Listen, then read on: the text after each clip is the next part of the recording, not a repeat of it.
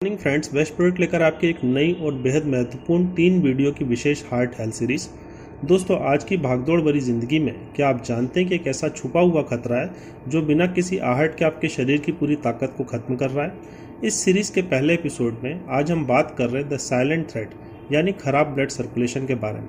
हम जानेंगे कि यह कैसे आपकी रोज़ाना की एनर्जी को पूरी तरीके से चुरा लेता है। साथ ही आने वाले पार्ट्स में हम इस समस्या के प्राकृतिक समाधान और कंप्लीट रूटीन पर भी बात करेंगे।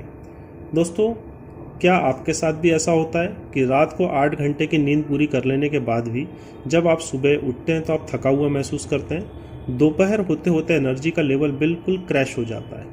हम में से ज़्यादातर लोग इसे सुस्ती समझते हैं और इस सुस्ती को मिटाने के लिए बार बार चाय, कॉफ़ी या एनर्जी ड्रिंक्स का सहारा लेते हैं। लेकिन कड़वा सच यह है कि ये कैफीन सिर्फ समस्या को कुछ देर के लिए छुपाते हैं, उसे जड़ से ठीक नहीं करते हैं।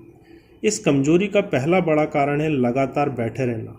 आजकल हमारे काम ऐसे हैं कि हमें घंटों कंप्यूटर के सामने या डेस्क के सामने बैठना पड़ता है।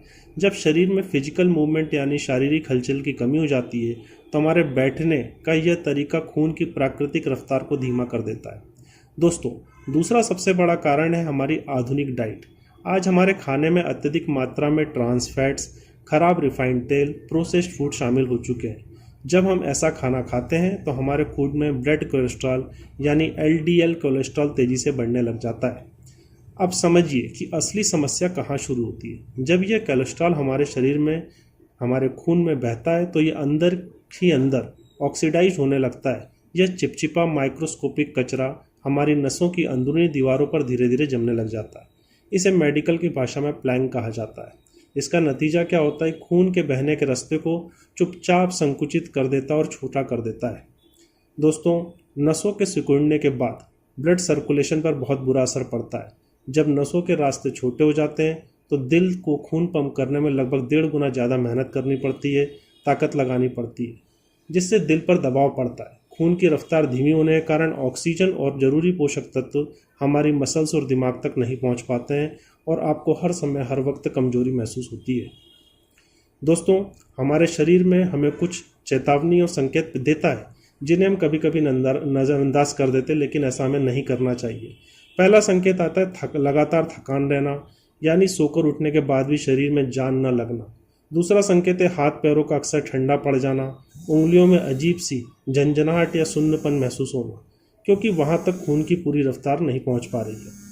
दोस्तों, इसके अलावा 2 और बड़े लक्षण हैं, जैसे कि अगर आपको सीढ़ियाँ चढ़ने में थोड़ा सा तेज चलने पर सांस फूले या कमज़ोर कार्डियक हेल्थ हो, इसके लिए दिमाग में सही मात्रा पर ऑक्सीजन न पहुँचने के कारण ब्रेन फॉग होता है, जिससे आप किसी भी काम में फोकस नहीं कर पाते और मानसिक रूप से थका हुआ महसूस करते हैं।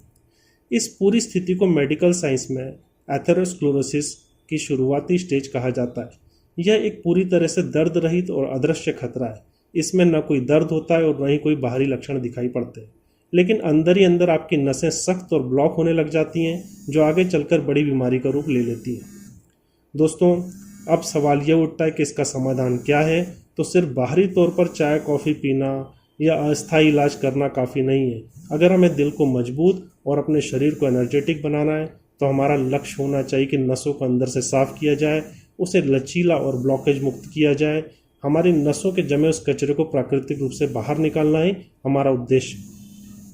और इसलिए हम इस वीडियो सीरीज़ में आपको अगले एपिसोड में बात करेंगे उन बेहतरीन प्राकृतिक प्लांट बेस्ड नुस्खों के बारे में जो आपकी नसों को अंदरूनी सफाई करते हैं, उसे पूरी तरीके से साफ कर देते हैं। इस बेहद ज़रूरी जानकारी को मिस न करें। इस वीडियो को लाइक कर अपने दोस्तों से शेयर करें और वेस्ट प्रोडक्ट चैनल को सब्सक्राइब करके रखें, जिससे कि हमारा नेक्स्ट वीडियो आपको समय पर मिल सके। दोस्तों, आप स्वस्थ रहें, समृद्ध रहें, ऐसी मैं कामना करता हूँ।